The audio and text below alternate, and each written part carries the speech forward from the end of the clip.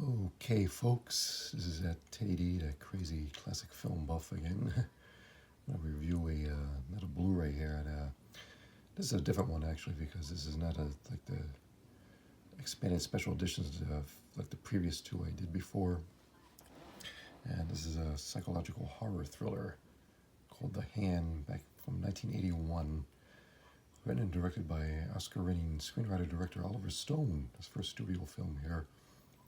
It was distributed by Orion Pictures, who did a lot of stuff back then in the 1980s and early 1990s. This is based on a book called The Lizard's Tale by Mark Brandel, and Oliver Stone adapted it to a screenplay. Now, the thing with Oliver Stone, before he did this, he wrote and directed a previous horror film called Seizure back in 1974. It starred Jonathan Freed from Dark Shadows, kind of a very surreal outdoor horror film there. Pretty interesting too. You could watch it on YouTube for free if it's still available.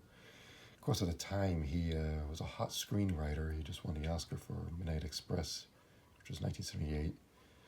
He was writing screenplays for such films as Conan the Barbarian, 1982, and the Al Pacino gangster film classic, Scarface, 1983, which was directed by the great Brian De Palma. And of course, Oliver Stone went on to write, direct so many acclaimed Oscar-winning films too, such as Platoon, which was 1986, Wall Street, 1988,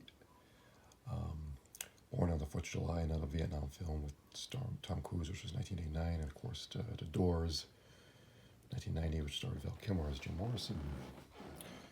And this is a very interesting film. It stars the great, legendary Michael Caine, as this Blu-ray in there, right there.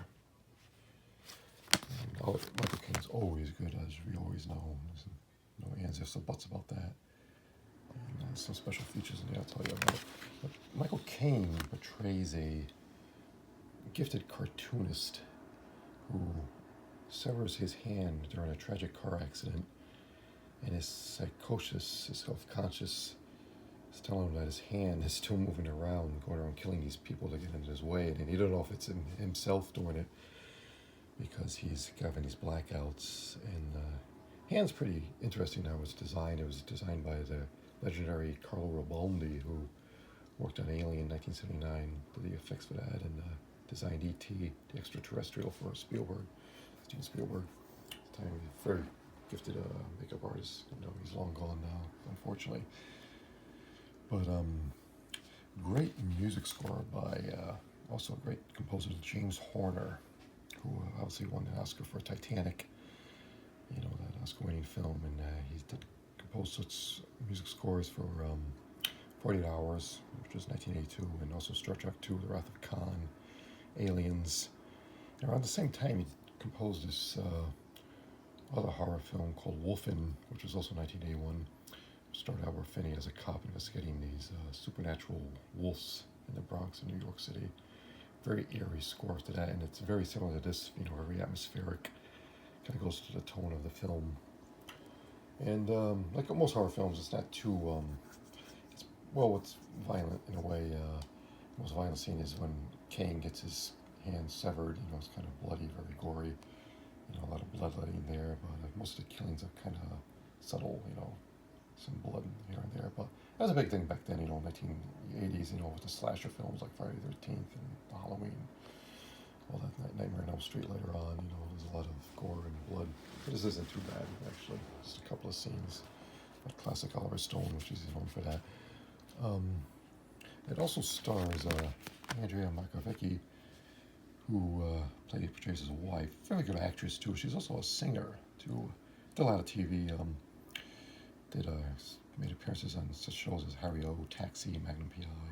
She was in a film called The Front back in 1966, which was about the Hollywood blacklist, which also starred Woody Allen. And also stars this actor Bruce McGill, who was D-Day in Animal House back in 1978, and played the sheriff in My Cousin Vinny in 1992.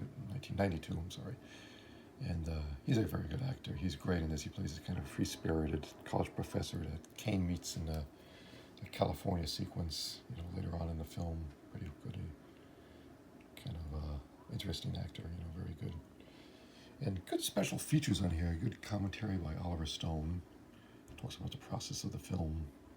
And there's also a great Zoom interview with him, done on a Zoom, uh, about him, Oliver Stone, talking about the film, the making of it. And interesting too, he talks about how Michael Caine kind of disowns the film, doesn't really talk about it like it as a highlight of his career, which bothered Oliver Stone, which I could see. It's a shame too, because Michael Caine's very good in this, very great performance in this film. And also a good interview with Andrea Markovicki. Talks about her relationship with Oliver Stone and working with Michael Caine and her singing career and her career in general. Good interview with Bruce McGill too. Tells a very funny story about first meeting Oliver Stone and during an audition process for an earlier film. So that's just very interesting. And talks about working with Stone on this and Michael Caine. Very good interview with that. And also an interview with the producer, Edward R. Pressman, and his wife, and McEnroy, who also stars in the film. She plays a student, kind of a slutty student that hits on Michael Caine during the California sequence too. She's a good actress actually too. And they both talk about their relationship with Oliver Stone. And Edward Pressman knew Stone when he was writing the screenplay for Conan the Barbarian. And also produced Wall Street for him too later on. So that's a very good interview. But this is a very good thriller horror film. And like I said, I wish Oliver Stone did more horror films. I mean, he did a lot. He's known for his dramas, his Vietnam films.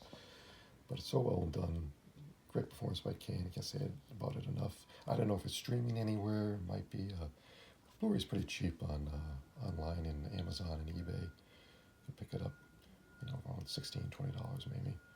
And it's worth watching again. And it's so great to be revisiting this film. I used to watch this on cable back in the day, and it's very fun seeing this again. And definitely check it out. Worth seeing. And that is it. Goodbye from Teddy D.